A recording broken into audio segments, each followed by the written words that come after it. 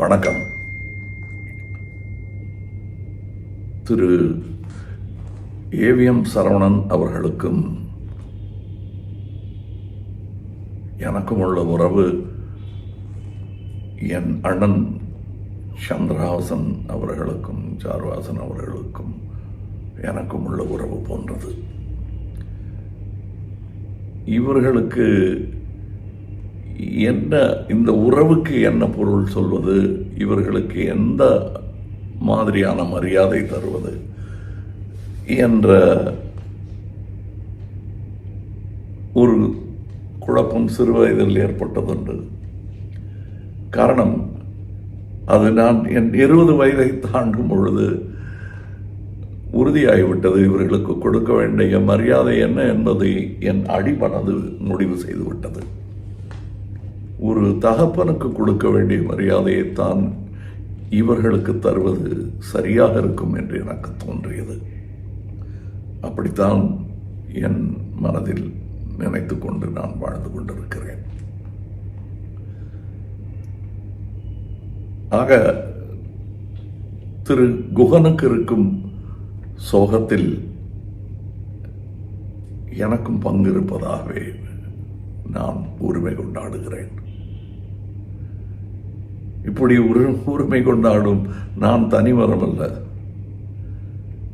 AVM என்ற பெருந்தோப்பில் நடப்பட்ட ஒரு சிறு செடி. இன்று வளர்ந்து வந்திருக்கிறேன்.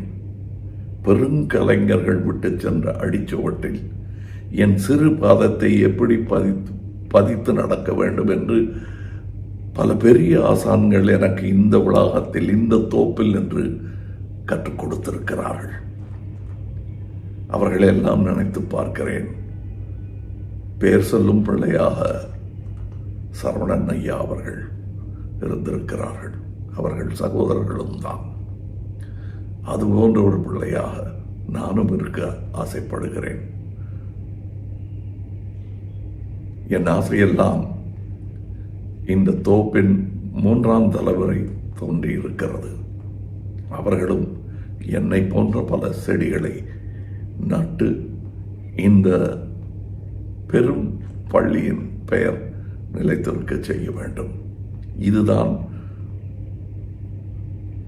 அன்னாரின் மக்களாக நாம் செய்யும் கடமை என்று நான் நம்புகிறேன்.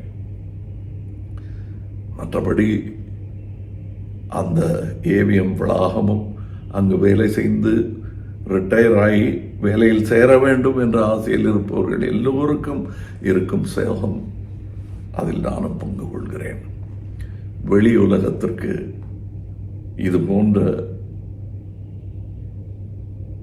பின்னணி ஆளுமைகள் பற்றி தெரிந்திருக்க வாய்ப்பில்லை. நாங்கள் அவரை வணங்குவதற்கான காரணம் எங்கள் வாழ்க்கையை பார்த்தாலே புரிந்துவிடும். முக்கியமாக எங்கள் கலை வாழ்க்கை. அவருக்கு நன்றி சொல்லும் ஒரே வழி அவர் கண்ட பாதையில் வீறு நடை போட்டு நடப்பதுதான். நன்றி ஐயா அனைத்திற்கும்.